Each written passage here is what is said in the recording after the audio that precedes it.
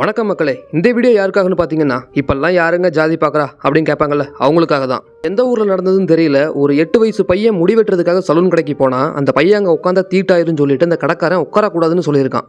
ஏன்டா ஒரு 8 வயசு பையன் முடி வெட்டுறதுக்காக சலூன் கடைக்கு வந்தால் அந்த பையனை கஸ்டமராக பார்க்காம அந்த பையன் எந்த ஜாதியை சேர்ந்தவனாடா பார்ப்பீங்க? அந்த பையன் ஒரு தாழ்த்தப்பட்ட சமூகத்தை சேர்ந்தவன் அப்படின்றதுனால அந்த பையன் உட்காந்தா அந்த இடம் தீட்டாயிரும் அப்படின்ட்டு அந்த கடைக்குள்ளேயே உட்காரக்கூடாதுன்னு சொல்லியிருக்கான் அந்த சலூன் கடைக்காரன்.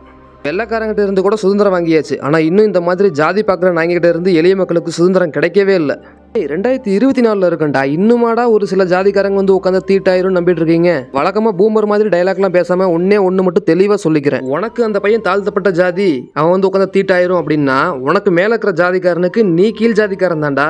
இங்க யாரும் மேலையும் இல்லை, யாரும் கீழையும் கிடையாது. நீ எல்லாம் ஏன்டா கொரோனாவிலேயே போய் சேரல?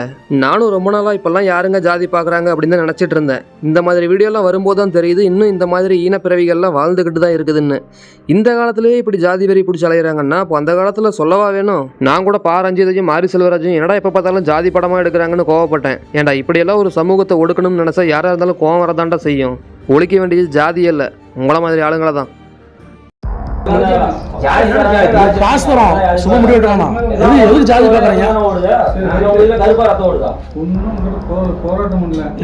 கடை போடா கீழ் செய்தி மேல் செய்தி பார்த்து நீ கட்டிக்க மாட்டோம். கடையெல்லாம் போடாங்க, கேஸ் கொடுத்து கொடுங்க. நீ சம்பாதிச்சாதான் உங்களுக்கு சாப்பாடு, எனக்கு சாப்பாடு, அவ்வளவுதான். சீட்ல கூட உட்கார பஸ்ல போறா. இது வந்து பழைய சீட்டு, இப்ப உடையாத சீட்டு அப்படின்னு எழுதி வச்சிருக்காங்க. அதுல எழுதி வச்சிருக்காங்க எல்லாமே உட்காந்து போறோம் இல்லையா? இது பாக்குறீங்க உடனே நான் டீசன்ல போய் கேஸ் கொடுத்து ஜாதி ரீதியா ஒண்ணு போட மாட்டா, மீடியால கொடுத்தலாம். சின்ன பையன், அந்த சின்ன பையன் 8 வயசு பையன்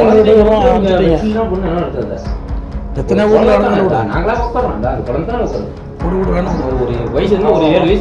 ஜாதி பத்தி வெட்டாண்டாங்கண்ணா பஞ்சாயத்துல, ஊர் மேலையும் பஞ்சாயத்துல வராங்க. அதுதான்டா யாரும் சொன்னாங்களோ எல்லா அரசியல்வாதி யாரும் எல்லாமே வந்து பேசினா திருமலைப்பட்டி ராகி போடாது.